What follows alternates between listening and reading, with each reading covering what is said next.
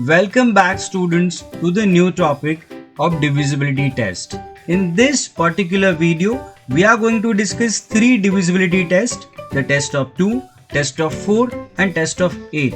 Yes, the test of 2 is very easy, but if you understand the logic behind it, it will be very easy to remember the test of 4 as well as the test of 8, and you can explore the range further. So let's come to the test of 2 first. Now, how to identify whether a given number is divisible by 2 or not. For example, if I give you a number like 341 and if I ask you is the number divisible by 2, simply I know the answer is no, because the last digit is odd. So simply speaking, we look at the last digit. So even if I write a bigger number like 2, 3, 3, 4, 1, still the answer won't change, because to identify whether it's divisible by 2 or not, we look at the last digit.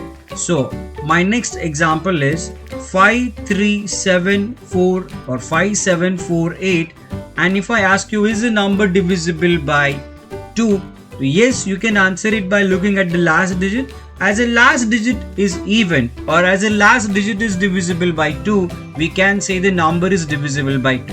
So mainly we look at the last digit. That is the conclusion for this particular test. So if you understand this property, we will explore it further for the divisibility test of 4. So if I ask you 5748 is the number divisible by 4 or not. So in case of 2, what we did was we were looking at the last digit.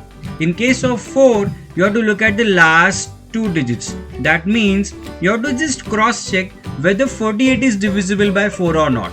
So if you divide 48 by 4, yes, it's divisible. It's like 12 into 4, 48. So the number is divisible by 4.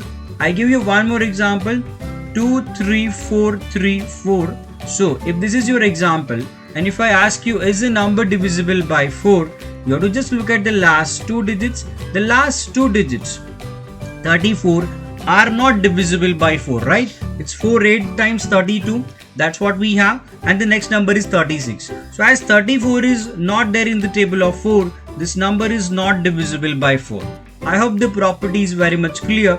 So there is no trick involved for test of 8. I hope you can easily guess what we have to do for the test of 8.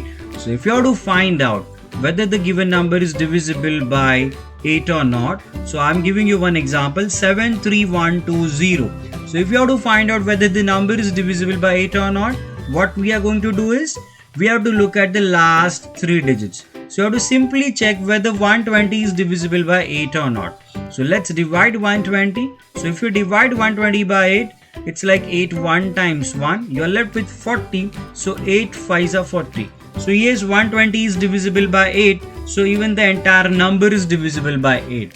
So in the same way, I have a question, 57048 is the number divisible by 8. So you have to look at the last 3 digits. And as it is 048, we know 48 is there in the table of 8. So the number is divisible by 8. I hope you enjoyed learning in a different sequence. Because in school we are taught in 2, 3, 4, 5, 6, 7, 8. Here understand the logic or the property behind the numbers. And if you want to really explore further, you can also create a test for 16.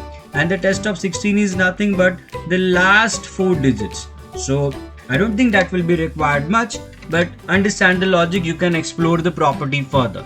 In the next video, we'll be discussing some more divisibility tests.